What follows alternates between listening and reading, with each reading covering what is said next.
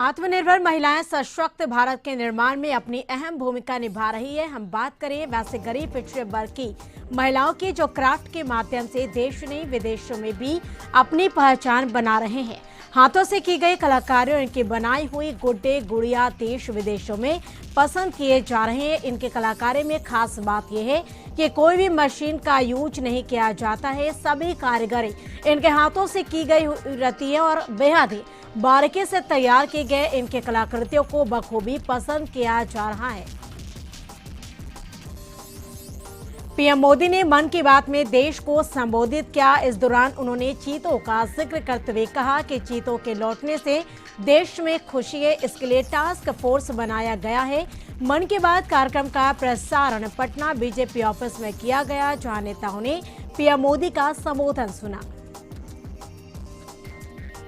PM Modi ने आज मन की बात में देशवासियों को संबोधित किया। पीएम मोदी का रेडियो प्रोग्राम का 13वां एपिसोड रहा। पीएम मोदी ने कहा, दुनिया अब इस बात को स्वीकार कर चुकी है कि फिजिकल और मेंटल वेलनेस के लिए योग बहुत ज्यादा कारगर है। पीएम मोदी के मन की बात सुनने के लिए रांची में कई महिलाएं शामिल हुई और पीएम की मन की बात सुनी। विपक्षी एकजुटता पर बीजेपी ने तंज कसा है। पार्टी के कदावर नेता रविशंकर प्रसाद ने कहा, नीतीश किसी से मिले लेकिन देश के लोग प्रधानमंत्री नरेंद्र मोदी से मिले हुए हैं। देश नरेंद्र मोदी के साथ है। तो वहीं बीजेपी प्रदेश अध्यक्ष संजय जायसवाल ने भी चुटकी ली और कहा कि विपक्ष कुछ भी करे लेकिन मोदी को 2024 में हराना संभव नहीं है। पूर्व डिप्टी सीएम तारकिशोर प्रसाद ने कहा कि विपक्षी एकता नहीं, प्रधानमंत्री बनने के सपने को पूरा करने की कोशिश है। स्वतंत्रता सेनानी पंडित दीनदयाल उपाध्याय की जयंती पर पटना के राजेंद्र नगर देवी पार्क में समारोह का आयोजन किया गया। राजकीय समारोह में बीजेपी प्रदेश अध्यक्ष संजय जायसवाल, पूर्व उप मुख्यमंत्री तारकिशोर प्रसाद समेत तमाम नेताओं ने उनकी प्रतिमा पर माल्यार्पण कर श्रद्धांजलि दी। पटना में बीएमपी कांस्टेबल शशि भूषण कुमार के अपहरण कांड में नया मोड़ आ गया है। पटना एसएसपी ने अपहरण की घटना से इनकार कर दिया है। सूत्रों के अनुसार शशि भूषण सिंह के लूटकांड में संलिप्तता रही है। छपरा पुलिस ने पुलिस जवान शशि भूषण को सोना लूटकांड में हिरासत में ले लिया है और इसके साथ साथ एक अन्य को भी हिरासत में लिया गया है। सूत्रों के अनुसार छपरा में 5 सितंबर को यूपी के बरेली के एक स्वर्ण व्यवसायी को अगवा कर उससे 55 लाख के सोने की लूट हुई थी। अगवा व्यवसायी को आरा के पास रिहा किया गया था। जांच में सामने आया था कि इस घटना में कुछ अपराधी वर्दी में भी थे, जिन्होंने जांच के नाम पर व्यवसायी की गाड़ी को रुकवाया था और फिर लूट के लिए अपहरण कर लिया था। मोबाइल सर्विलांस के आधार पर बीएमपी जवान शशि भूषण सिंह की पहचान हुई और लोकेशन के आधार पर गिरफ्तार किया गया।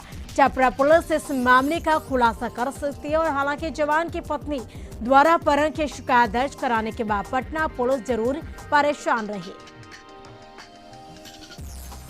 खबर रोहतास जिले से है, जहां चिनारी थाना क्षेत्र में पिछले दिनों ईंट भट्टा के मालिक राजकुमार सिंह से 10 लाख की रंगदारी की मांग की गई थी। इस मामले में पुलिस ने त्वरित कार्रवाई करते हुए ईंट भट्टा संचालक के चचेरे भाई सहित 4 अपराधियों को गिरफ्तार किया है। बताया जा रहा है कि ईंट भट्टा के मालिक का अपने चचेरे भाई महेंद्र सिंह से पुराना विवाद चल रहा है। उसी विवाद में रंगदारी मांगने की बात सामने आ रही है। पुलिस ने बक्सर जिला के रहने वाले सलमान हुसैन और परसथुआ के रहने वाले नैयर आजम को गिरफ्तार किया, जिसके निशानदेही पर कुदरा के रहने वाले महेंद्र सिंह और कैमूर जिला के मोहनिया के रहने वाले भीम सिंह की गिरफ्तारी हुई।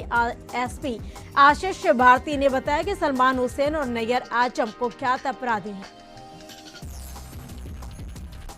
रोहतास से खबर, जहां एक साथ 3 शव मिलने से हड़कंप मच गया। महिला और 2 बच्चों का शव बरामद किया गया। गोडारी में एक घर से शव मिला। सूचना पर पहुंचे पुलिस मामले की जांच में जुटी है। मुजफ्फरपुर के बिदुपुर थाना क्षेत्र के गोपाल गांव में शराब तस्करों के घर पर महिलाओं ने शराब बेचने से मना कर दिया, जिसके बाद शराब कारोबारियों ने गाली गलौज और पत्थरबाजी की। बिदुपुर थाने के पुलिस ने मौके पर पहुंचकर शराब कारोबारियों के घर में छापेमारी की। कारोबारियों के घर से और आसपास से करीब 15 से 20 लीटर देशी शराब बरामद किया। हालांकि कारोबारी फरार होने में सफल रहे। थानाध्यक्ष धनंजय कुमार पांडे ने कहा कि एसआई सोनू कुमार के बयान पर शराब के धंधेबाजों के विरुद्ध कार्रवाई की जा रही है। समस्तीपुर में स्वास्थ्य व्यवस्था को लेकर लगातार मिल रही शिकायतों के बाद डीएम योगेंद्र सिंह ने सदर अस्पताल का औचक निरीक्षण किया। डीएम के पहुंचते ही सदर अस्पताल के मैनेजमेंट व्यवस्था के पोल खुल गए। डीएम ने प्रवेश द्वार से निरीक्षण करना शुरू किया। प्रवेश द्वार की स्थिति देख डीएम ने सड़क नालों की स्थिति दुरुस्त कराने का सीएस को निर्देश दिया। इसके बाद डीएम निर्माणाधीन एमसीएच बिल्डिंग ओपीडी के प्रवेश द्वार की सड़क पर कीचड़ और जलजमाव को देख भड़क उठे। डीएम ने अस्पताल की सभी व्यवस्था को अविलंब दुरुस्त करने का सीएस को निर्देश दिया। दरभंगा मेडिकल कॉलेज में पढ़ाई करने वाले पीएचडी के छात्रों ने अपने सर्जरी विभाग के एचओडी डॉक्टर अवध कुमार पर आरोप लगाए हैं। छात्रों ने अवैध पैसे की उगाही का आरोप लगाया है। इसके लिखित शिकायत दरभंगा मेडिकल कॉलेज के प्राचार्य डॉक्टर केआर मिश्रा से की है। मामले की गंभीरता को देखते हुए मेडिकल कॉलेज के प्राचार्य ने पूरे मामले पर स्पष्टीकरण के साथ जवाब मांगा है। वहीं आरोपों से घिरे डॉक्टर अवध कुमार ने अपने ऊपर लगे सभी आरोपों को गलत बताते हुए कहा कि ये सारी बातें बेबुनियाद है। सोमवार से शारदीय नवरात्र की पूजा शुरू हो रही है। इसके पहले पूजा को लेकर उत्तरदायिनी सिमरिया गंगा घाट और झमटिया गंगा घाट पर गंगा स्नान करने के लिए श्रद्धालुओं की भारी भीड़ उमड़ी है। 10 दिनों तक चलने वाली नवरात्र पूजा को लेकर गंगा घाट पर श्रद्धालुओं ने गंगा स्नान कर पूजा अर्चना की और नवरात्र पूजा को लेकर जल लेकर अपने अपने घर को गए। नवरात्र पूजा में 10 दिनों तक घरों में गंगा जल से पूजा अर्चना की जाती है। इसको लेकर सिमरिया गंगा घाट, झमटिया गंगा घाट समेत जिले के विभिन्न गंगा घाटों पर श्रद्धालु सुबह से ही गंगा स्नान कर रहे हैं और नवरात्र की पूजा को लेकर गंगा जल लेकर अपने घर जा रहे हैं। स्थानीय पुजारी ने कहा कि आश्विन माह में नवरात्र पूजा को लेकर श्रद्धालुओं की भीड़ गंगा स्नान करने जुटी है। श्रद्धालु पूजा पाठ कर अपने परिवार और देश के लिए सुख शांति समृद्धि की कामना कर रहे हैं। गया में चले विश्व प्रसिद्ध पितृपक्ष मेला 2022 महासंगम के अंतिम दिन आज तीर्थ यात्री ने फल्गु नदी के जल से तर्पण कर्मकांड किया।